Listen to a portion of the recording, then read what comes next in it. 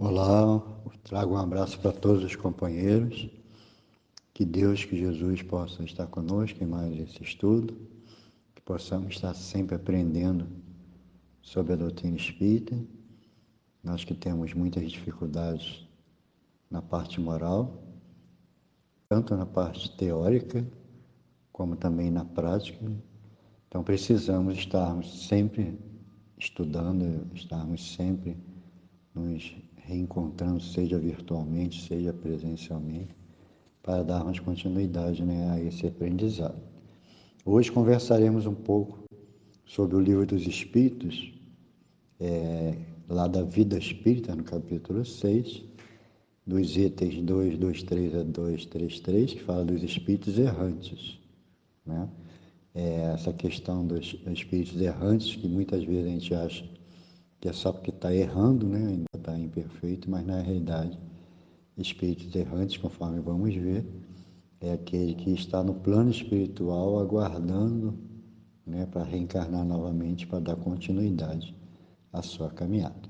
Então, Kardec pergunta, na questão 223, a alma reencarna imediatamente após a separação do corpo, então deixou o corpo, volta para a vida espiritual, fica na erraticidade e quer saber se fica pouco tempo ou muito tempo, como fica essa questão da reencarnação, E eles respondem: algumas vezes pode reencarnar imediatamente, mas normalmente só após intervalos mais ou menos longos. Então, na realidade, tudo vai depender, da programação de vida, das oportunidades, do planejamento, dos amigos espirituais, que representam Deus. A gente pode citar um exemplo, conforme já lemos na doutrina espírita, de um companheiro novo, jovem, que assassinou os pais, por motivos lá, dinheiro, seja lá o que for, assassinou os pais, e naquela existência, como ele era novo ainda, ia se casar, depois que cumpriu uma parte da pena, ficou solto, se casou, constituiu família. Então era possível, que aqueles pais reencarnassem dele e da esposa, porque daria tempo deles começarem, a corrigir aqueles equívocos, que na realidade estava todo mundo envolvido. Então, nesse caso, eles reencarnaram rapidamente, questão de alguns anos, mas porque era possível, esse reencontro. Existe também casos de crianças que desencarnam antes de nascer, através de um aborto, ou vive algum períodozinho no corpo e desencarna, ou desencarnam como crianças e logo depois reencarnam de novo, porque passaram por alguma expiação, algum resgate, que não poderiam ficar muito tempo encarnadas, tinham que cumprir aquele período, desencarnando cedo, como um resgate, tanto para a criança como para os próprios pais, mas que logo a seguir Deus, permitiria que reencarnasse aí já numa vida mais duradoura, 50, 60, 70 anos. Então, nesse caso também, reencarnaria rápido, porque existia a possibilidade, para isso. Mas existe casos, conforme ele fala, que os períodos, normalmente são longos, em função de juntar novamente aquelas pessoas que são necessárias para reencarnar juntos, para superar as dificuldades do passado.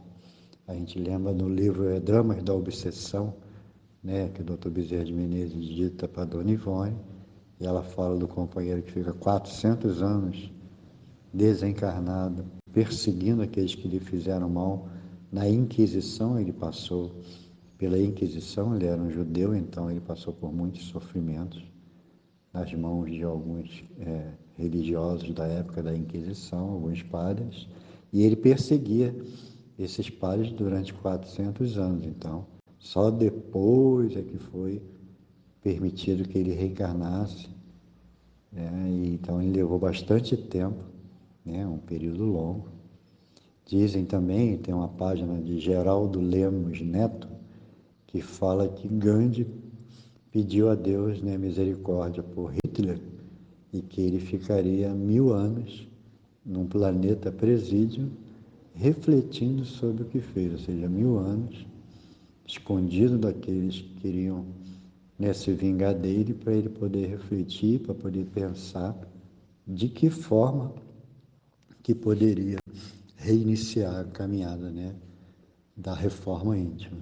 Então a gente percebe que o tempo realmente vai depender, né, do planejamento de vida de Deus, primeiramente, né, das leis de Deus, porque a gente não tem como auxiliar muito, né, em muitos casos. Pedimos ajuda a Deus, aos amigos espirituais, mas algumas vezes também podemos contribuir quando a gente percebe as nossas imperfeições, então a gente começa a planejar. E é justamente na erraticidade que a gente começa a ver essas coisas. Tanto que ele fala que em mundos mais superiores a reencarnação é quase imediata, porque nesses mundos a lucidez é maior, né, bem maior do espírito, e como a evolução dele, né, já é maior também, ele tem discernimento entre o que ele errou, o que ele acertou, então ele pede rapidamente para começar a corrigir e é atendido, porque já sabe o que pede, né? Então é justamente nesse período, tanto que ele fala aqui, em que se torna a alma no intervalo das encarnações. Resposta: espírito errante que aguarda nova oportunidade e a espera. Então, nesse período da erraticidade, no período que ficamos lá na vida espiritual, é quando a gente realmente começa a entender coisas, começa a observar, né? A gente lembra de André Luiz, que ficou 8 anos, né, no sofrimento, em busca de entender o porquê daqueles sofrimentos todos, até que depois ele consegue sair daquela situação e começa a se dedicar em nosso lar. Então, ali na erraticidade que ele estava, né, na erraticidade, ele começou justamente isso, a estudar, observar, pedir esclarecimentos, e a partir daquele momento ele foi entendendo os erros, foi percebendo os equívocos. E ele fala também de diversas situações no plano espiritual, onde essa erraticidade é usada, né, para planejar vidas futuras, né? Ele conta a história de uma praça, né, de um local, onde os espíritos que vão reencarnar como marido e mulher, né, para se casar, eles ficam ali, naquela praça, juntos, de mão dadas, conversando, para melhorar a afinidade, para quando reencarnar, não procurar outro, encontrar outra pessoa, acabar casando e fugindo aquele planejamento que eles tanto queriam de superar algumas dificuldades. Então, eles ficam nesse período adquirindo uma certa afinidade, uma certa simpatia, atração, para quando reencarnarem, né, conseguirem casar, conseguirem formar uma família para poder dar continuidade. Então, no plano espiritual, isso acontece justamente nessa erraticidade, né? A gente vê também companheiros que desencarnaram de diversas formas, né, mais dolorosas, e que vão lá para as câmaras retificadoras lá do nosso lar, e muitos outros companheiros recebem eles, cuidam e observam o sofrimento daqueles companheiros. Então, aquelas observações em que aqueles espíritos que trabalham lá em nosso lar, nas câmaras retificadoras, observam naqueles espíritos que chegam, na realidade, serve de grandes exemplos, grandes ensinamentos para aqueles companheiros que estão observando e que ainda vão, né, reencarnar. Então, na realidade, a gente sabe que é nesse período que a gente vai superando dificuldades. Muitos ficam revoltados, né? E lá no plano espiritual continuam revoltados com Deus, né? Porque passaram por sofrimento, ou porque mantêm ódio no coração e querem perseguir. Aí, logicamente, eles ficam na erraticidade, mas formados, né, afastados de Deus temporariamente e procurando ali formar grupos para poder perseguir, né, companheiros que eles têm ódio ou que querem se vingar, né, de alguma coisa, né, mais dolorosa. E ele fala que a adoração, né, essa adoração está subordinada à vontade do Espírito ou pode ser imposta como expiação, ou seja, esse tempo é o Espírito que escolhe ou Deus, né, que impõe. Ele fala, é uma consequência do livre-arbítrio. Os espíritos têm perfeita consciência do que fazem, mas para alguns é também uma punição que a providência lhes impõe. Então, alguns conseguem, né, participar, outros não, né? A gente sabe muito bem que existe um exemplo de um espírito que ele queria corrigir alguns erros que ele praticou diante de alguns companheiros, então ele pediu para reunir aqueles companheiros numa família, aí ele iria renascer naquela família e ali ele iria com muita dificuldade conseguir, né, ver se conseguia superar todos aqueles equívocos e corrigir o que ele tinha feito de errado. Só que quando foi chegando perto o momento dele reencarnar, ele ficou receoso, achou que não ia conseguir, estava naquela perturbação para reencarnar e acabou fugindo, né? E acabou provocando um aborto, né, espontâneo lá na mãe dele. E ele acabou fugindo. Então, Deus permite porque é o livre-arbítrio. Mas vai chegar um momento em que ele não vai poder fugir, né? Ele vai ter que reencarnar, porque mesmo o livre-arbítrio funcionando, Deus aceita as nossas decisões, mas tem momentos que impõem, porque senão a gente paralisa muito, estaciona, e é necessário que a gente reencarne de forma automática, mesmo sem desejar, mas que Deus, né, faz com que a gente reencarne. Muitas situações são, por exemplo, suicídios, companheiros que cometeram suicídios, e para reencarnar de novo não é tão simples, porque o perispírito está maculado, né? Tá machucado, então ele não vai reencarnar com um corpo fantástico, né? Perfeito, nem vai viver muito tempo, porque ele tirou a vida, então agora ele tem que reconstruir, né, o perispírito. Aí ele vai começar a reencarnar algumas vezes, vai pedir para reencarnar, mas não vai conseguir ficar muito tempo em função de enfermidades, né, doenças, até ele conseguir reencarnar de uma forma que já tenha superado suas dificuldades, já desencarnou algumas vezes de forma sofrida, até poder reencarnar de novo com 60, 70, 80 anos de vida. Então, as coisas não são tão simples, por isso que eles pedem que através do livre-arbítrio a gente consiga, né, utilizar nosso corpo de forma correta. A mesma coisa são as drogas, né, os vícios, tantas outras situações, depressões, que muitas vezes a pessoa com depressão deixa de se alimentar, acaba desencarnando por alguma enfermidade em função da falta de alimentação correta.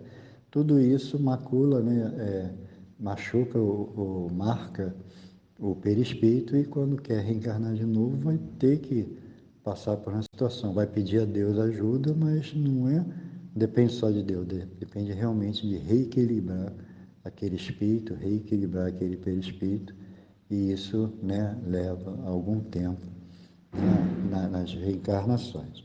Então, na realidade, a erraticidade serve justamente, né, para que cada um possa ir se organizando no plano espiritual, se preparando para reencarnar. Ou outros que reencarnam automaticamente, cheios de sofrimentos e dores, mas porque os amigos espirituais planejaram por aqueles espíritos, muitos mesmo, que acontece isso, porque eles não tinham a menor condição, né, de planejar, porque estavam envolvidos em muitos crimes, a consciência não permitia perceber que erraram, então no plano espiritual é na erraticidade que acontece tudo isso. Ele fala, a erraticidade é por si mesma um sinal de inferioridade dos espíritos, né, só porque está na erraticidade já seria porque é um espírito inferior, e fala que existe diversos graus, né, de evolução e que existem muitos espíritos, né, perversos e ainda bastante grosseiros na erraticidade, aguardando para dar continuidade à sua caminhada, cada um com seu grau.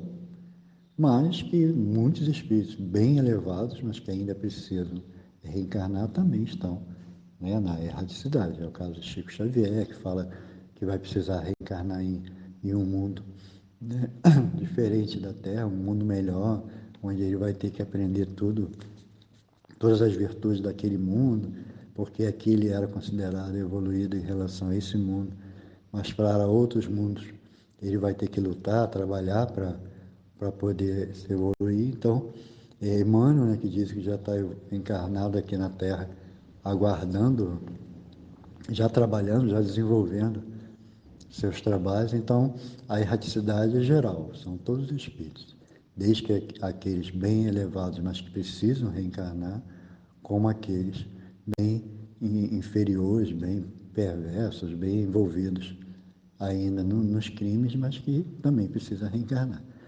Não precisou reencarnar mais, aí já é espírito puro. Aí o espírito puro, como Jesus e tantos outros que não precisam mais reencarnar, não estão na erraticidade, né? Já estão em mundos, né, divinos, mundos aqueles mundos bem elevados, que não existe mais a reencarnação. Agora ele pode reencarnar se ele quiser, né, se for passar por alguma missão, se ele for passar por alguma, né, situação de trazer evolução, né, para o mundo em que ele quer reencarnar. Ele fala depois, né, que é justamente observando, analisando o que acontece no plano espiritual, na erraticidade, que o espírito vai se melhorando. E a gente percebe um exemplo, né, bem claro do André Luiz, novamente, onde ele consegue se modificar, se melhorar, e através dos livros dele ele vai passando para a gente. Tudo que acontece lá, e realmente são livros incríveis, né? Quando ele começa com o Nosso Lar, depois vai para os Mensageiros, Missionários da Luz, Obreiros da Vida Eterna, No Mundo Maior, Sexo e Destino, e vai embora, até fechar com o livro E a Vida Continua. Então a gente percebe que o André Luiz dá um grande exemplo para a gente, né, sobre essa questão do aprendizado. Ele é um exemplo incrível de alguém que chegou com muita dificuldade, mas que aproveitou, né, aquela estadia na erraticidade e começou a se modificar, a se melhorar, a seguir por caminhos melhores. Na 228 ele pergunta: os espíritos conservam alguma das paixões humanas? Resposta: os espíritos elevados, ao se libertarem do corpo, deixam as más paixões e apenas guardam as do bem, mas os espíritos inferiores as conservam. Então, na realidade, os elevados, por mais que tenham passado por alguma disputa, alguma dificuldade aqui no mundo, chegando na erraticidade, logo deixam de lado as coisas ruins e pensam só no bem. Pedem perdão a Deus por algum exagero e tal. Já os mais inferiores, com menos evolução, guardam mágoas, guardam inveja, guardam vingança, ódio, para perseguir. Então, por isso que esses ensinamentos vêm para todos nós, para que a gente possa aproveitar tanto a estadia aqui na Terra, se melhorando, se organizando, colocando em prática esses ensinamentos de Jesus, da doutrina espírita, mas pedindo a Deus que quando voltarmos para a erraticidade, possamos também lá continuar aprendendo, continuar contribuindo de alguma forma, ajudando outros companheiros e aprendendo novas coisas para a gente não ficar vagando ou perdido ou sofrendo, presos aos nossos remorsos e arrependimentos. Né? Ele fala que os espíritos errantes são felizes ou infelizes? Eles falam, são felizes ou infelizes, de acordo com o seu mérito. Foi justamente o que eu acabei de falar sobre a questão, né, de fazer o bem ou ainda não fazer o bem. Fazendo o bem já tem uma felicidade bem relativa. Não fazendo o bem, logicamente, tem sofrimentos. E ele fecha, né, a 233 perguntando: os espíritos já purificados vão aos mundos inferiores? Resposta: vão muitas vezes a fim de ajudá-los a progredir. Senão, esses mundos ficariam entregues a si mesmos, sem guias para dirigi-los. Então, os espíritos mais evoluídos vão realmente a todos os mundos inferiores para ajudar. E os purificados, que são aqueles que não precisam mais reencarnar, não estão na erraticidade, podem ir a qualquer mundo. Só que eles só reencarnarão em mundos bastante imperfeitos por uma necessidade grande, uma missão realmente de levar progresso, como Jesus fez e tantos outros companheiros. Então, que possamos aproveitar, né, a nossa caminhada no nosso mundo, procurando ao máximo aprender, se desenvolver, principalmente praticar os ensinamentos de Jesus, as leis de Deus, e que possamos também, quando retornarmos à verdadeira vida, continuarmos nesse aprendizado, nesse pique, porque não para, esse aprendizado não para até chegarmos à condição de espíritos puros. E isso vai levar tempo, então vai depender mais das nossas dedicações, realmente, dos nossos esforços, tá bom? Mandamos um abraço para todos os companheiros. Feliz 2023 para todos. Abraços em todos, tá bom?